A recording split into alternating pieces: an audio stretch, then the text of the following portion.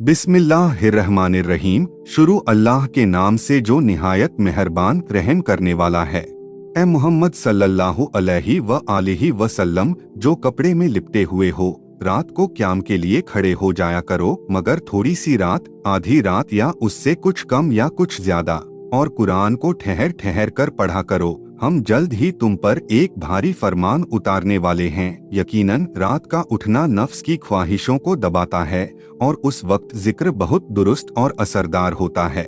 दिन के वक्त तो तुम्हारे बहुत से काम काज होते हैं, इसलिए अपने परवरदिगार के नाम का जिक्र किया करो और हर तरफ से बेताल्लुक होकर उसी की तरफ मुतवज्जह हो जाओ। वही मशरिक और मगरिब का मालिक है, उसके सिवा कोई माबूद नहीं, तो उसी को अपना कारसाज बना लो और उन झुटलाने वालों को छोड़ दो जो बातों में झूठे हैं। उनका मामला कुछ देर हमें सौंप दो, हमने उनके लिए लोहे जैसी बेड़ियां और जलती आग तैयार कर रखी है, और गले में फंसने वाला खाना और दर्दनाक सजा भी। उस दिन जमीन और पहाड़ कांप उठेंगे और पहाड़ रेत के टीलों की तरह बिखर जाएंगे।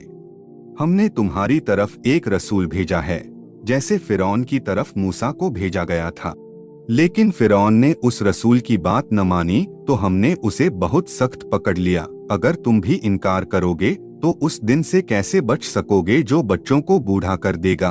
उस दिन आसमान फट जाएगा और उसका वादा जरूर पूरा होकर रहेगा।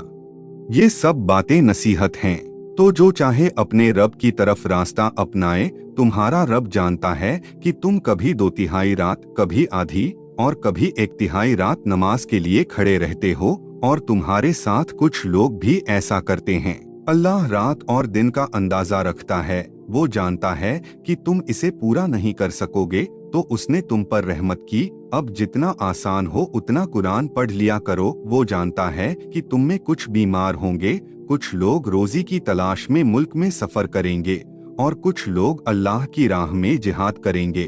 तो जितना मुमकिन हो उतना पढ़ो और नमाज कायम करो, ज़कात अदा करो और खुदा को नेक और खुलूस नियत से कर्ज देते रहो। जो भलाई तुम अपने लिए आगे भेजोगे, उसे अल्लाह के पास बहुत बेहतर और बड़े सवाब के साथ पाओगे। और अल्लाह ही से माफी मांगो, बेशक खुदा बख्शने वाला मेहरबान है।